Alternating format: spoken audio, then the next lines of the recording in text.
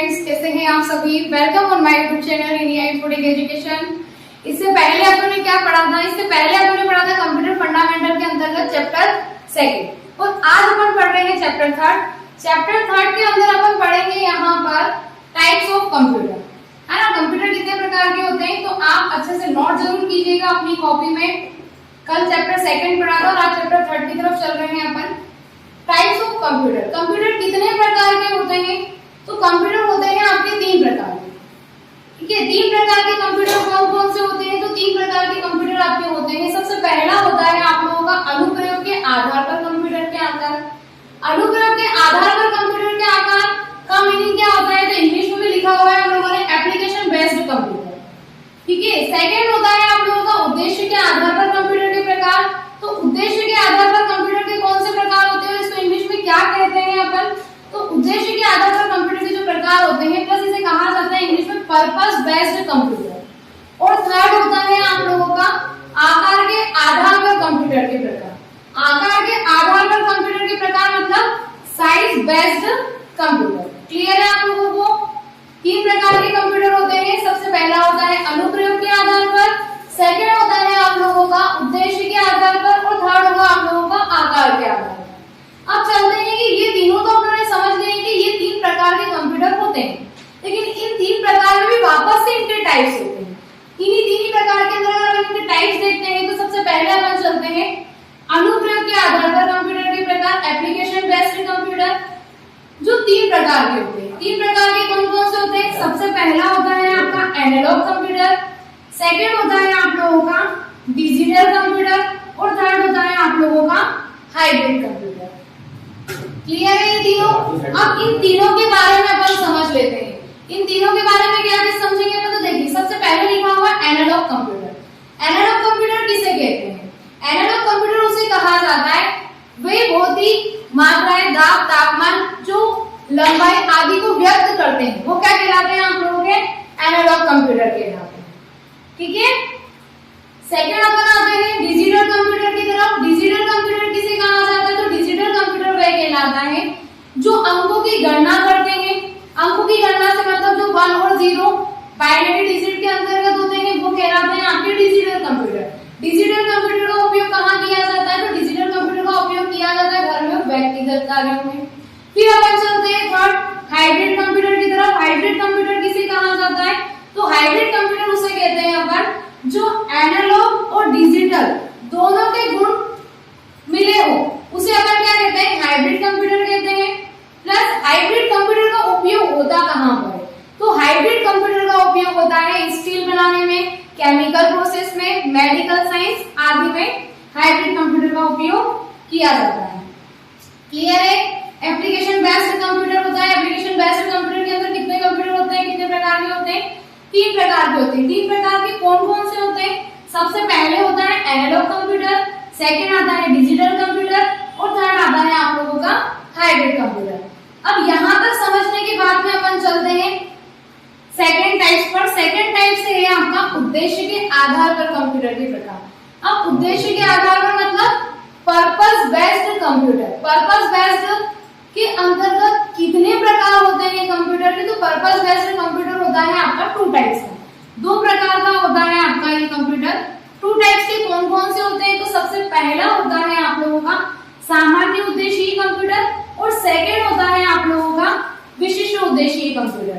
अब इन दोनों में डिफरेंसेस क्या है कि भैया सामान्य किसे कहते? सामान्य है, और विशिष्ट दोनों में क्या फर्क है?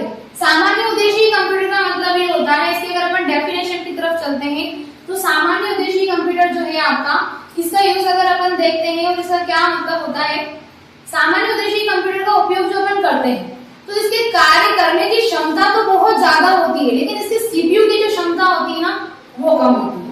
मतलब ये वाला जो कंप्यूटर होता है सामान्य उद्देश्यीय कंप्यूटर, ये ज्यादा से ज्यादा कार्य करने की कैपेसिटी रखता है, ज्यादा से ज्यादा वर्क करने की कैपेसिटी रखता है, लेकिन इसकी सीपीयू की जो क्षमता होती है, सीपीयू की जो कार्य करने की जो कैपेसिटी होती है, वो कम होती है।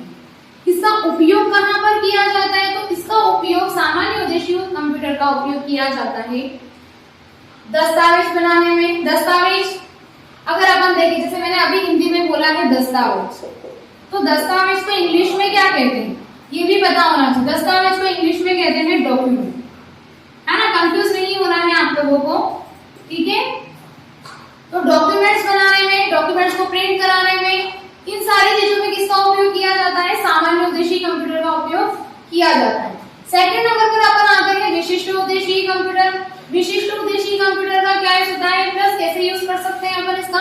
तो विशिष्ट कंप्यूटर का जो कार्य होता है, प्लस से कार्य करने की जो कैपेसिटी होती है, जिसकी क्षमता होती है वो अधिक होती है, प्लस इसके सीपीयू की कार्य करने की जो क्षमता होती है वो उस कार्य के अनुरूप होती है। जो भी कार्य आप कर रहे हो ना, तो उस कार्य के अनुरूप उसके सीपीयू की क्षमता होती है, ठीक है।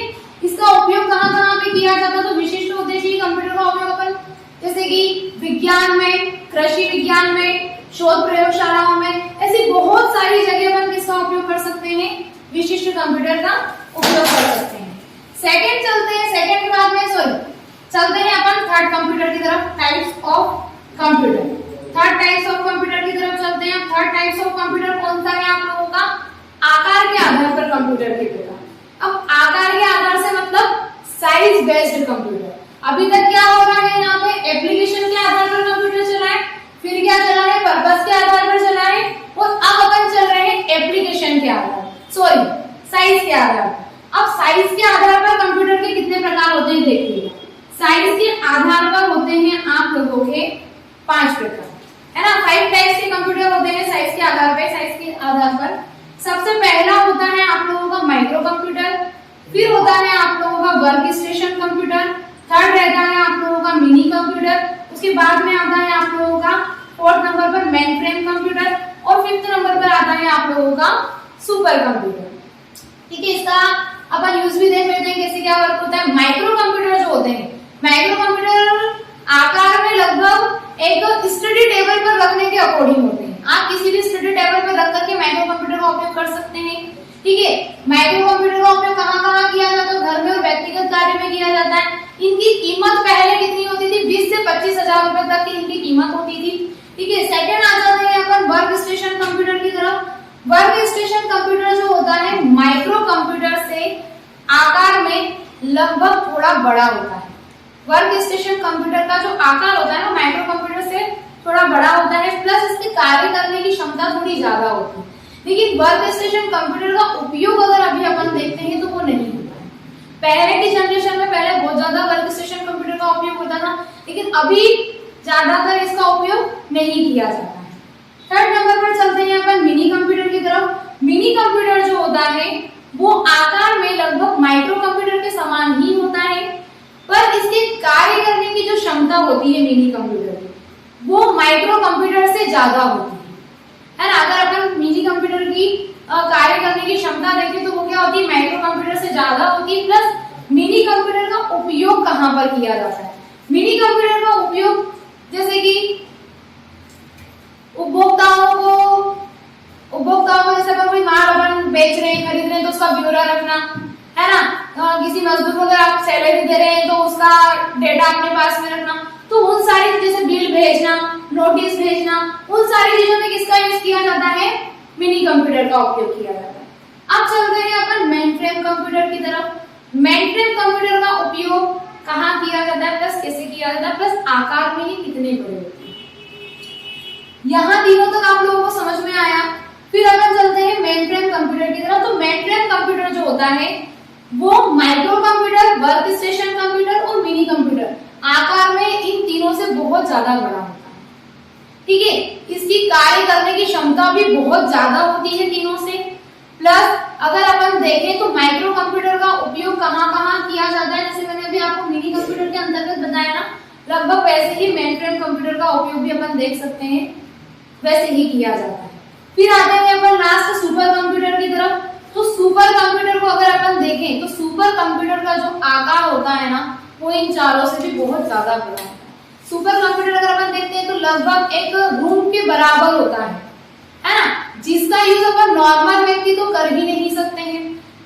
सुपर कंप्यूटर का उपयोग कहाँ पर होता है? अंतरिक्ष में यात्रियों को भेजने के लिए, खनिजों को ढूंढने के लिए, है ना, शोध प्रयोगशालाओं में, इन ऐसी बड़ी बड़ी जगहों पर, समुद्र विज्ञान में, इन ऐसी बड़ी बड़ी जगहों पर सुपर कंप्यूटर का उपयोग किया जाता है। और अगर इसकी कीमत की अगर अपन बात करते हैं तो सुपर कंप्यूटर 1 अरब से भी अबाउ होते हैं जिनका यूज अपन नहीं करते, ठीक है ना।